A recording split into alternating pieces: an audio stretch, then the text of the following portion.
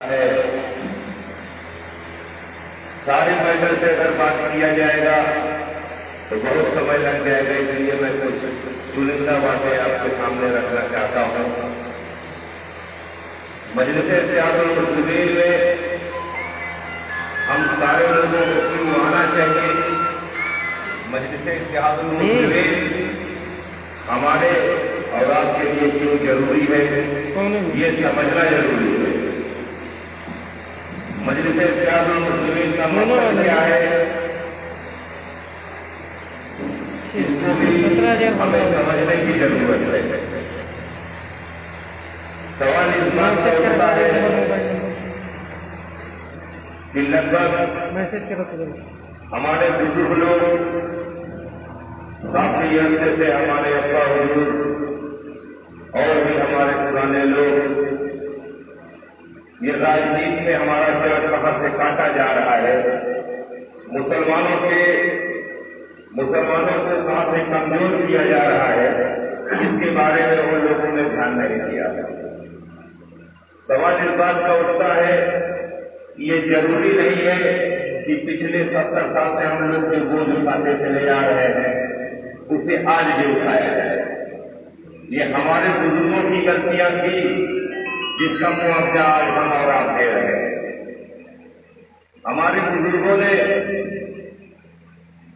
Photo खिंचाने के नाम पर बड़ी बड़ी पार्टियों के गोद में, वो चाहे समाजवादी पार्टी हो चाहे कांग्रेस पार्टी हो, इनकी गोद में जाकर खेला करते थे अपने व्यक्तिगत फायदे के लिए।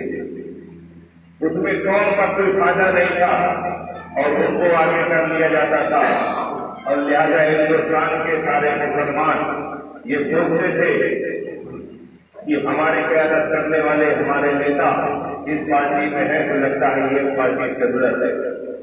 सही बात तो ये है, जो मुस्लिम लीडर थे जो बड़ी बड़ी पार्टियों के गोद में खेला करते थे, उन लोगों ने हमारे और आपके लिए कोई आवाज नहीं उठाई। हम लोगों की फायदे की कोई बात नहीं किया, उन लोगों ने सिर्फ अपने फायदे की बात किया।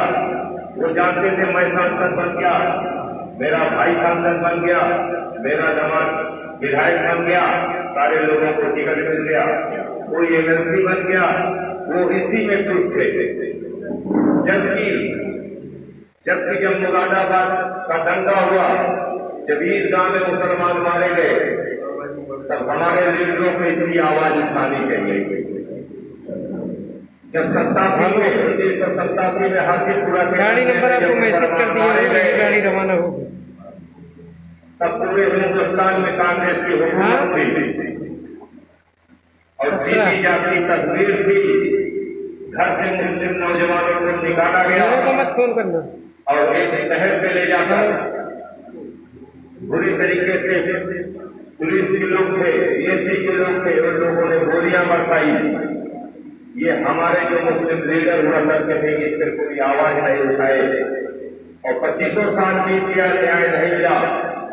जब हिंदुस्तान में ह्यूमन राइट एक्टिव हुआ, तब जाकर अब सजा मिली और सजा मिलने वालों में काफी लोग तो पहले से ही मर चुके थे। और जो कुछ 2% 4% बचे हुए थे, जेल मैनुअल के हिसाब से 1 साल साला होता है, 7 साल में एक सुविधा दी जाती है, उनको तुरंत जेल मिल जाता है। तो कुल मिला के हासिलपुरा के दंगे में किसी भी तरीके से कोई मुसलमानों ने, कोई मुस्लिम लीडरों ने हमारी आवाज नहीं उठाई। रहा सवाल समाजवादी पार्टी का, उत्तर प्रदेश में समाजवादी पार्टी हो चाहे बहुजन समाज पार्टी हो, खाली ना हो। मैं ये पूछना चाहता हूँ कि मुस्लिम समाज के लोग अपने आप को क्यों कमजोर समझते हैं? मुस्लिम समाज के लोग अपनी ताकत को क्यों नहीं समझते? हम 22%, 26% लोग, बहुत बड़ी तादाद होती है सत्ता में मुकाबलत के लिए, सत्ता को चलाने के लिए और सत्ता में फेरबदल करने के लिए। सवाल इस बात का उठता है, शर्म इस बात की आती है, दिन रात यही सोचने पे हम मजबूर हैं कि हम 22% मुसलमान भाई 6% यादों को वो 6% 3.5% यादों लेके हम पूरी ताकत से उनको जिताते हैं और 4 बार मुख्यमंत्री बनाते हैं। नतीजा क्या निकलता है?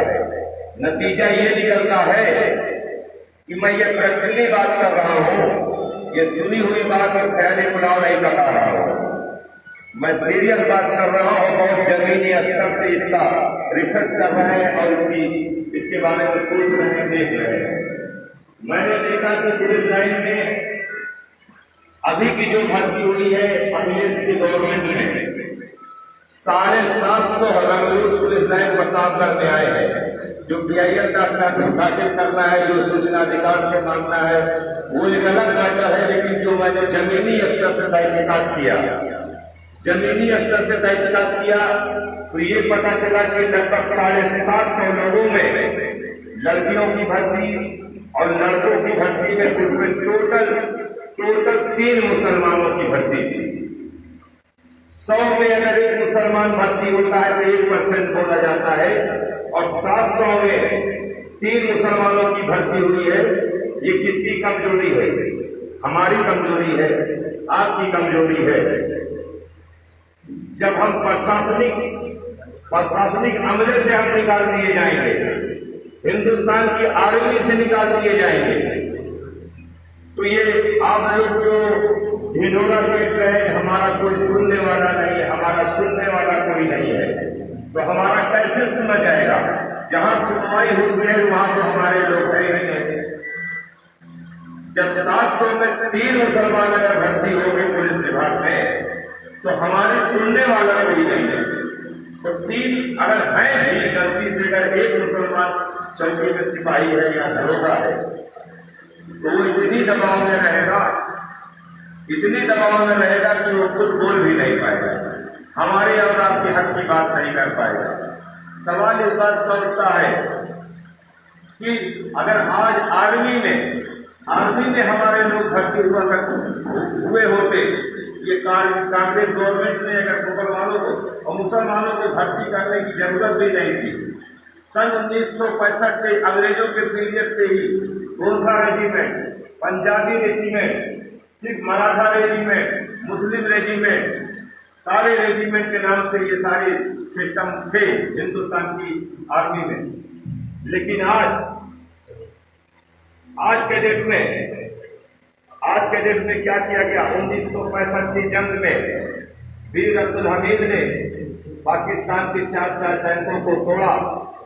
परमवीर चक्र से नवाजा गया गाजीपुर का लाल वीर अब्दुल हमीद।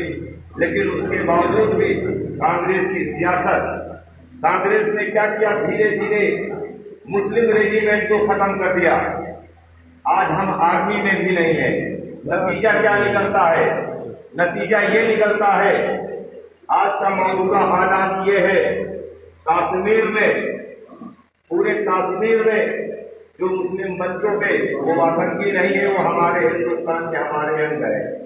आप लोग यहाँ आराम से घूम रहे हैं, खा रहे हैं, आपके ऊपर कोई भी प्रॉब्लम नहीं है। लेकिन आप कश्मीर में जाके देखिए, उनके ऊपर एक क्या मुसीबत है, उन्हें गोली मारी जा रही है। जो अत्याचार हो रहा है, मुस्लिम घरों में दिन दहाड़े घुस रहे हैं, रेप किया जा रहा है, कारण क्या है? तो उसमें हमारे लोग नहीं। जब हमारे लोग नहीं होंगे तो हमारे ऊपर अत्याचार होगा। सवाल इस बात का उठता है, आप लोग जो बात पर ये कहते रहते हैं कि बीजेपी आ जाएगी, बीजेपी आ जाएगी, बीजेपी ऐसा कर लेगी, हमारे समझ में नहीं आता कि आप लोग हिंदुस्तान का मुसलमान क्यों कंफ्यूज है? हम क्यों कंफ्यूज है? आप क्यों कंफ्यूज है? अरे हमको ये हिंदुस्तान जो चल रहा है, यहाँ तलवार की लड़ाई से ये राजाओं का सिस्टम नहीं चल रहा, ये लोकतंत्र है। और लोकतंत्र में वही चलता है जो संविधान कहता है, और संविधान हमारे पक्ष में है। जो कानून हमारे लिए लागू होता है वही देश के पीएम के लिए भी लागू होता है। जो आपकी IPC की धाराएं हमारे लिए होती है वही एक चीफ मिनिस्टर के लिए भी होता है। सवाल इस बात का उठता है दोस्तों, साथियों, मुझे बहुत तकलीफ है। मैं इस हिसाब से आपको बताना चाहता हूं कि मैटर मुद्दा हमारे सामने बीजेपी नहीं है। बीजेपी आप थोड़ी देर के लिए आप ये मान के चलिए कि बीजेपी हमारे लिए डायरेक्ट पॉइजन है, लेकिन कांग्रेस पार्टी हमारे लिए ये मान के चलिए कि स्वीट पॉइजन के रूप में काम किया गया। उसने 70 सालों से मुसलमानों को धीरे धीरे पॉइजन किया, मीठा जहर देते रहे, और उसी काम को बीजेपी से तो हम अलर्ट हो जाते हैं। बीजेपी से तो हम लड़ाई लड़ सकते हैं क्योंकि ये बेवकूफ लोग हैं, इनकी अक्ल नहीं है। चाहे देश के वजीर आजम हो, चाहे प्रदेश के मुख्यमंत्री हो, ये अक्लमंद लोग नहीं है। अक्लमंद अगर कोई है जो हमारे ऊपर वार कर रहे हैं, जो हमारी नस्लों को कमजोर कर रहे हैं, जो हमारी जड़ें काट रहे हैं, वो कांग्रेस पार्टी है। कांग्रेस पार्टी ने इसलिए स्वीट पॉइजन में उसको मानता हूं कांग्रेस पार्टी मुसलमानों के लिए, क्योंकि मुसलमानों के लिए इतना अत्याचार कांग्रेस की हुकूमत में हुआ, लेकिन फिर भी हमारे लीडर कांग्रेस की गोद में खेल रहे हैं, आज तक खेल रहे हैं। और कुछ उसके बाद जब थोड़ा थोड़ा जब ये मुलायम सिंह की सरकार बनी, थोड़ा बहुत काम कर लिए, क्या किए, तो जब मुसलमानों का मोह भंग हुआ, समाजवादी पार्टी में आए, तो उसके बाद भी हमको नौकरियों से सिलो पॉइजन के रूप में ये भी हमारे लिए काम करते रहे। आज हमारी जड़ें बिल्कुल कमजोर हो चुकी हैं। अब हमारे सामने मुद्दा ये नहीं है कि कांग्रेस आए या बसपा आए या समाजवादी पार्टी आए, क्योंकि जो भी पार्टियां आएंगी वो हमारी जड़ों को ही काटेंगे, हमारे हक की बात नहीं कर सकती है। जैसा कि अभी पार्लियामेंट में जब हमारे शरीयत का मामला आया, तो क्या देश के राज्यसभा में सांसद नहीं थे, लोकसभा में क्या इनके सांसद नहीं थे, क्या ये आवाज नहीं उठा सकते थे? लेकिन ये जानते थे, उसी का हम लोगों को जवाब देना था। ये अखिलेश यादव, ये मायावती, ये सारे लीडर ये जानते हैं कि मुसलमानों के सामने तो कोई ऑप्शन है नहीं। मुसलमानों तो ये अपना एक मुद्दा बना के चले हैं कि बीजेपी को हराना है, बीजेपी को नहीं जीतने देंगे। तो इनके पास मुद्दा कोई है ही नहीं। ये जानते हैं कि जब भी मैं प्रदेश का चुनाव लड़ूंगा तो मुसलमानों की मजबूरी होगी, ये हमारे पास ही आएंगे। सवाल इस बात का उठता है दोस्तों कि Congress party, Bahujan Samaj party, Samajwadi party, इन्होंने हमें जड़ से काटा, हमारी नींव कमजोर किया। अब आपके सामने हजारों साल बीत जाएगा, आप लोग लकीर कीजिए। ऐसा लीडर, ऐसा कयादत करने वाला नेता आपको हजारों साल और पिछले सैकड़ों साल से न मिला है और न आने वाले हजारों साल तक मिलने वाला है। असदुद्दीन बैरिस्टर साहब, ओवैसी साहब इस समय हमारे और आपके लिए लड़ाई लड़ रहे हैं, हमारी आपकी लड़ाई लड़ रहे हैं। मैं किसी की चुगलखोरी और किसी पार्टी से कोई मतलब नहीं रखता हूँ। हमको सिर्फ अपनी क़यादत की मैं बात करने आया हूँ और अपने हक और हुकूक की बात करने आया हूँ। सब्जेक्ट बहुत सारे हैं कि 2014 में हिंदू का कंपटीशन चल रहा था। अगर मोदी जी काली जी के मंदिर में जाते थे तो राहुल गांधी शिव जी के मंदिर में घुस जाते थे। उन्हें मुसलमानों से कोई लेना देना है। मुसलमानों की जड़ें काटी जा रही है, ये सोचने की बात है।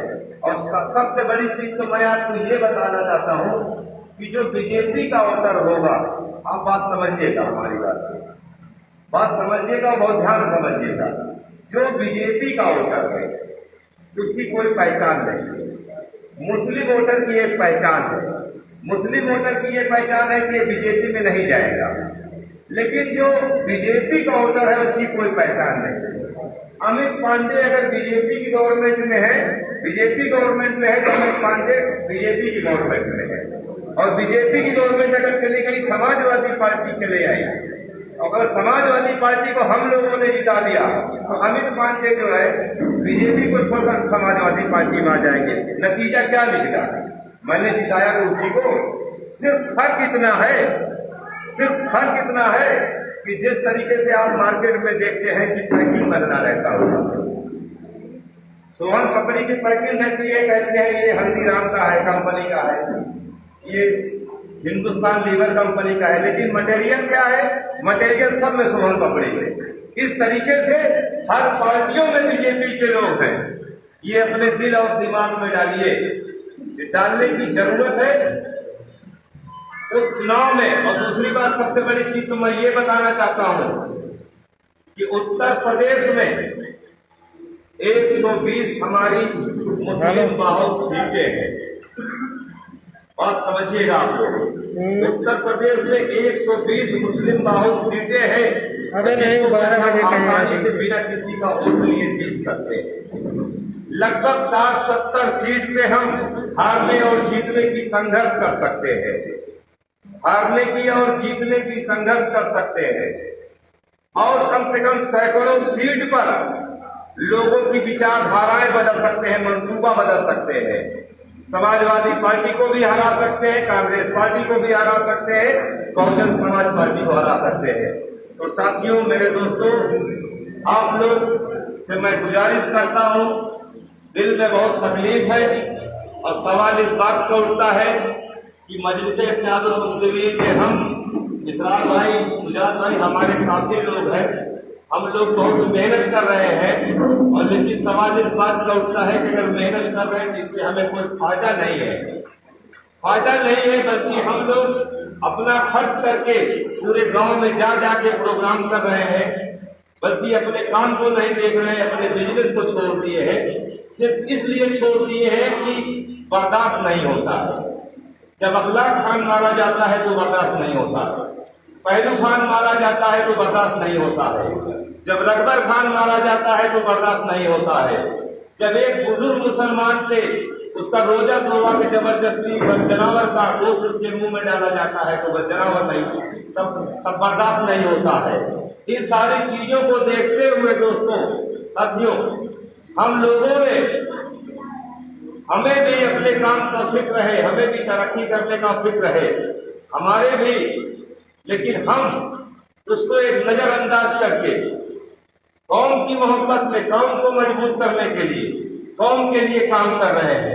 इसरार भाई काम कर रहे हैं, ये सुजात भाई है, ये भी बेचारे स्कूल छोड़ हमको ज्यादा से ज्यादा टाइम दे रहे हैं। साथियों, मैं बता रहा हूं कि हम लोगों को कोई फायदा नहीं है, और जिन जिन लोगों को कौम से मोहब्बत है, अपनी कयादत से जुड़िए, अपनी कयादत मजबूत करिए और कूड़ा गणित लगाने का काम आप लोग बंद कर दीजिए। आप लोग मुस्लिम समाज के लोग जब पहुंचते हैं, किसी होटल पे पहुंचते हैं, 4 मौलाना साहब बैठे रहते हैं, 4 ऐसे लोग बैठे रहते हैं, जब उनसे बात करते हैं तो बहुत तकलीफ होती है।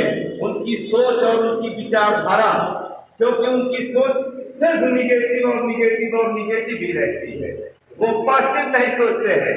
हमारी पार्टी पॉजिटिव सोचती है। मैं ये गारंटी नहीं ले रहा हूं, क्या आप लोगों ने गारंटी लिया था क्या कि अशोक तिवारी को गठबंधन जिता के ही रहेंगे? गारंटी लिया था? नहीं, मुसलमानों ने गारंटी लिया था, इसको आपको मानना पड़ेगा।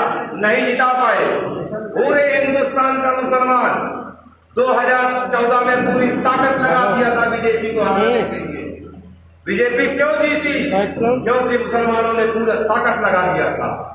सिर्फ बीजेपी जीतने का कारण यह है, मुसलमानों को सिर्फ कारण यह है कि जो हम लोगों ने बीजेपी को हराने का टेंडर ले रखा है और हम लोगों ने एक पार्टी का साथ दे रखा है। जब हम सारे मुसलमान भाई अपनी कयादत की ओर आ जाएंगे तो हमारी बीजेपी की दुश्मनी भी खत्म हो जाएगी। बीजेपी हमारे तरफ ध्यान देना बंद कर देगी, वो सोचना बंद कर देगी, फिर यही अखिलेश यादव। एक बात मैं गारंटी से कह देना चाहता हूं साथियों, आप सारे लोगों को बता रहा हूं,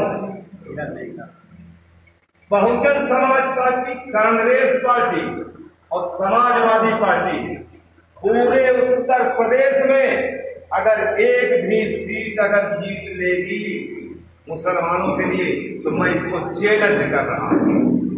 एक भी सीट जिता के दिखाए। अखिलेश यादव खुद लड़ेंगे तो हो सकता है कुछ मुसलमान वोट दे दे, तब इनकी सरकार बने। पूरे उत्तर प्रदेश में मैं चैलेंज कर रहा हूं, कोई भी पार्टी बिना मुसलमान के वोट के एक भी सीट नहीं निकाल सकती। मैं चैलेंज के साथ कह रहा हूं, मैं चैलेंज के साथ कह रहा हूं। आप लोग मजलिस-ए-इत्तेहादुल मुस्लिमीन के 10 विधायक के लिए आप लोग खड़तान है ना, आप लोग एक मंच पर आइए, मैं आपको 120 विधायक गिरा के हाथ भिजवाऊंगा उत्तर प्रदेश। ये हमारी गारंटी है। जब मैं इतना सोच सकता हूं, जब हमारी सोच ये है, तो हमारे बैरिस्टर असदुद्दीन ओवैसी साहब की क्या सोच होगी? वो कोई बेवकूफ आदमी नहीं है, बैरिस्टर साहब है, लंदन से पढ़े हैं, काबिल आदमी है, और अल्लाह पाक ने उन्हें हर चीज से नवाजा है। उनकी रणनीति देखिए, चुनाव लड़ने की और लड़ाने की, आप लोगों को शायद मालूम नहीं है। बैरिस्टर साहब तो खुद सांसद हैं और पूरे हिंदुस्तान में सिर्फ 2 सांसद और लड़ाए, जिसमें से औरंगाबाद उन्होंने जिता लिया।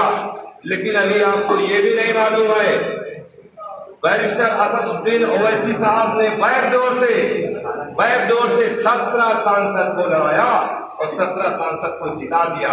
ये बातें आपको नहीं मालूम, ये बातें बताने की जरूरत है। आज असेंबली में, पार्लियामेंट में हमारे हक और हुकूक की बात करने वाला सिर्फ बैरिस्टर असदुद्दीन ओवैसी साहब अकेले नहीं है। मैंने इम्तियाज जलील को भेज दिया है और इनके साथ साथ मैंने 17 सांसद पार्लियामेंट में और भेज दिया है। ये बातें आप सबको नहीं मालूम है। सोचने की बात है, समझने की बात है। राजनीति कूटनीति से की जाती है। राजनीति कैसे की जाती है? प्रतापगढ़ लेवल की अगर बात है तो उसको हमारे इस्लाम भाई के ऊपर छोड़ दीजिए। हर घर में डिस्ट्रिक्ट जज पैदा करने की कोशिश मत करिए। हर घर में नेता पैदा करने की कोशिश मत करिए। हर घर में बैरिस्टर असदुद्दीन ओवैसी पैदा करने की कोशिश। जब हर घर में नेता पैदा होंगे तो राजनीति नहीं हो पाएगी, क्योंकि कोई नेता एक दूसरे को मानने के लिए नहीं तैयार है। मैं बताना चाहता हूँ, मैं भी इस काबिल नहीं हूँ, मैं छोटा मोटा, लेकिन मैं इस्लाम भाई के साथ जुड़ा हूँ। लेकिन इस पार्टी में डिसिप्लिन की बहुत जरूरी है। अगर हमारे कमांडर, हमारे अध्यक्ष ने कोई डिसीजन ले लिया तो हमारा फर्ज बनता है कि हम उसको माने, उस पर क्रॉस क्वेश्चन न करें, क्योंकि कुछ काबिलियत है तभी तो असदुद्दीन बैरिस्टर साहब राष्ट्रीय अध्यक्ष हैं। कुछ काबिलियत है तभी तो शौकत साहब प्रदेश अध्यक्ष हैं, और कुछ काबिलियत है तभी तो मजलिस-ए-इत्तेहादुल मुस्लिमीन के जिलाध्यक्ष साहब भाई है। अरे कुछ काबिलियत है तभी तो सुजान भाई लड़ाई लड़ रहे हैं मुसलमानों की। अगर अब ये एसपी साहब से बात करते रहे और बीच में जाके मैं उनको हटा के मैं खुद बात करने लगूंगा तो ये सेटिंग आएगी, ये अच्छा लगेगा। इसलिए मुसलमान भाइयों से मैं गुजारिश करता हूँ कि हर घर में नेता पैदा करने की कोशिश मत करिए। हर घर में बैरिस्टर असदुद्दीन ओवैसी पैदा कर दीजिए। चलो बात करता हूँ एक गाड़ी और। हर घर में बैरिस्टर असदुद्दीन ओवैसी पैदा कर दीजिए। हम जीत रहे, मैं भी जान रहा हूँ, पूरा गणित मैं भी लगाता हूँ पूरी रात। मैं कई %, 3%, 4% मुरादाबाद में, 36% पीलीभीत में, 39%। पूरा गणित मत लगाइए, अपनी कयादत अलग रखिए, सिर्फ अपनी बात करिए जैसे दलितों ने कर दिया है। मैं एक वादा कर रहा हूँ आपसे, बहुत ऊंची बात बता रहा हूँ, इंशाअल्लाह आप लोगों को अच्छी लगेगी। 5 साल ये आप लोग 2014 से हरा देंगे। ये हमारी सोच है, हमारा सोचने का तरीका है। 5 साल अगर बीजेपी गवर्नमेंट और बन गई, बहुत अच्छी बात बता रहा हूँ, 5 साल अगर बीजेपी की गवर्नमेंट और बन गई तो हिंदुस्तान की Sachar committee report, Kundu committee की रिपोर्ट, रंगनाथन मिश्रा की कमेटी की रिपोर्ट, मोहिबुर रहमान की कमेटी की रिपोर्ट, जिन्होंने लिख के दिया है कि हिंदुस्तान के मुसलमानों के हालात दलितों से बदतर है। दोस्तों, आप लोगों को मैं खुशखबरी देना चाहता हूं, अगर 5 साल और बीजेपी की गवर्नमेंट बन गई तो यही सारी स्ट्रक्चर कमेटियां 5 साल बाद रिपोर्ट देंगी कि हिंदुस्तान के भक्तों के हालात मुसलमान और दलित से बहुत ज्यादा बदतर हो गए हैं। ये एक मोदी को मोहताज होने वाले हैं।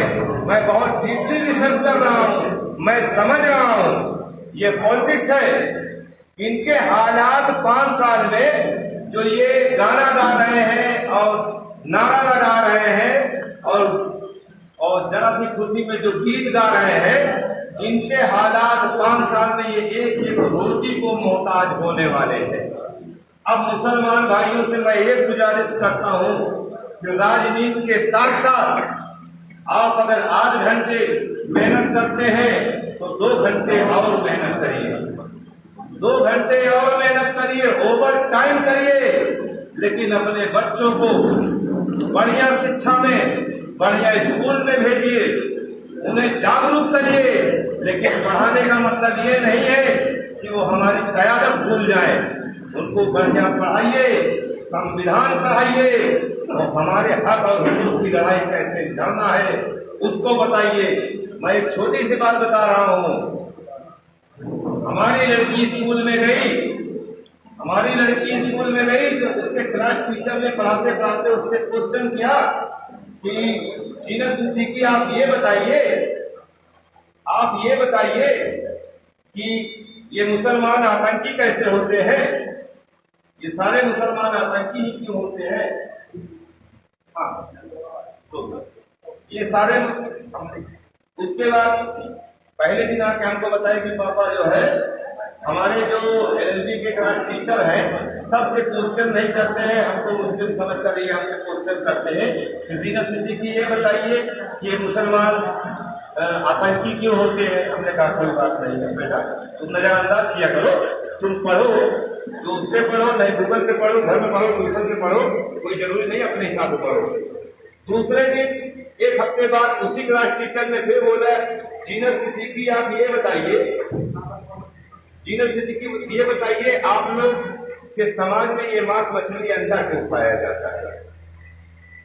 तब हमारी लड़की आई हमसे बताई फिर, तो मैंने कहा कि चलो ठीक है, अब तुम जाना, अगर तुम वो पूछेंगी मुसलमान मांस मछली अंडा का क्यों प्रयोग करते हैं तो आप ये जवाब देना कि मुसलमान जो आपके यहाँ काली माई के यहाँ वध किया जाता है इस वजह से मुसलमान खाता है। और दूसरी बात साथियों, ये चलिए मान के बाद की बात है, इसकी बात बाद में कर लेंगे, लेकिन सवाल इस बात का उठता है दोस्तों, हमारी नस्लें कमजोर हो रही हैं और इन पार्टियों की वजह से।